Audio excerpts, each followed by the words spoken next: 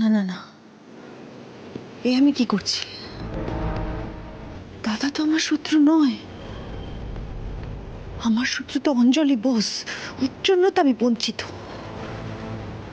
ওকে শায়েস্তা করতে গিয়ে আমি নিজের আঙুল কাটতে পারবো না। না না না না।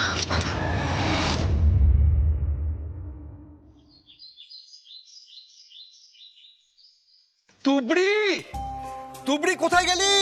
শিগগিরই আয় এদিকে। বাবা, হ্যাঁ? কি হয়েছে? তুমি ঠিক আছো তো? কি হয়েছে বাবা? না, একদম ঠিক নেই আমি।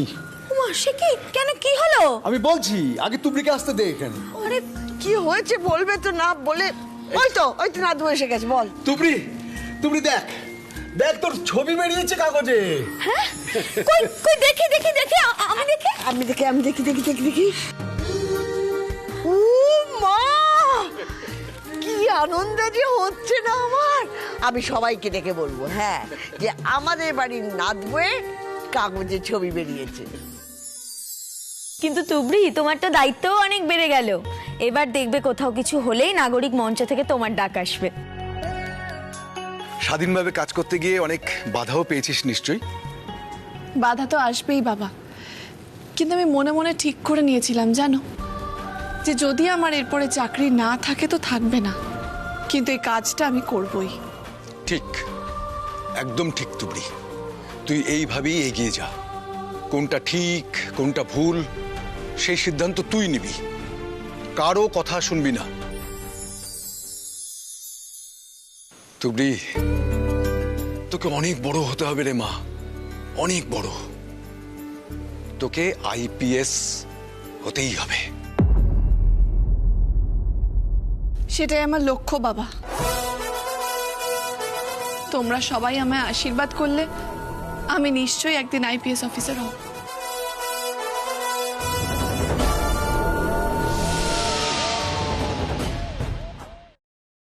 মা, আমি রেডি হয়ে গেছি, তুমি রেডি? হ্যাঁ, আমি রেডি আছি, চলো। বাই দ্য ওয়ে, তুই কিসের জন্য রেডি অর্জুন? অফিসের জন্য মা। আমি ভাবলাম অন্য কিছুর জন্য। আমি তো তোমাকে আরো একটা কথা বলেছিলাম, মানে তুমি একটুখানি সময় চেয়েছিলে আমার কাছে, ভুলে গেছো নিশ্চয়ই? না না, আমি কিচ্ছু ভুলিনি মা, আমার সব মনে আছে। তুমি বিদেশে গিয়ে আমাকে প্রজেক্টটা দেখার কথা বলেছিলে। কি ভাবলি?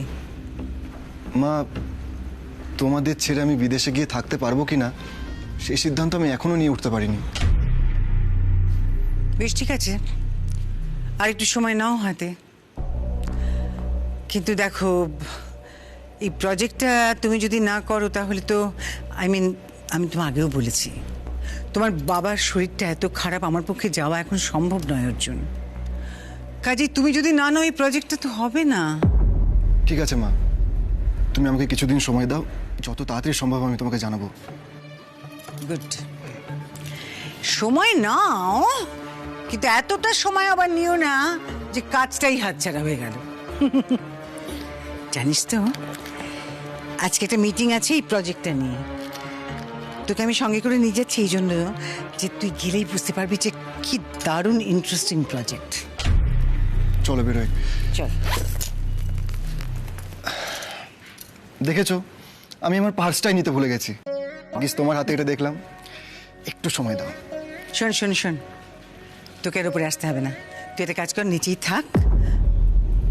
বললাম না, বাবার শরীরটা 2-3 দিন ধরে ভালো যাচ্ছে না, তো ওকে দেখতে একজন ডাক্তার আসবেন, আমি ডাক্তারের সঙ্গে কথা বলে তারপর তোকে নিয়ে বেরোবো, কেমন? ঠিক আছে মা। ঠিক আছে।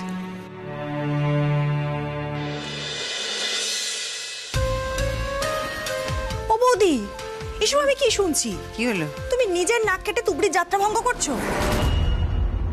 মানে মানে তুমি অর্জুনের থেকে তুবড়িকে আলাদা করার জন্য অর্জুনকেই বিদেশে পাঠিয়ে দিচ্ছ? আরে এটা তো চোরের ওপর রাগ করে মাটিতে ভাত খাওয়ার মতো। আমার কাজটা আমি খুব ভালো করে বুঝি যে আমি কি করব। আমার কাজটা তুমি আমাকেই করতে দাও মহুয়া, সব ব্যাপারে মাথা গলাতে এসো না। আরেকটা কথা, এই কথাটা এখনই 5 কান করতে যেও না, আর সেটা যেন মাথার মধ্যে গাঁথা থাকে তোমার।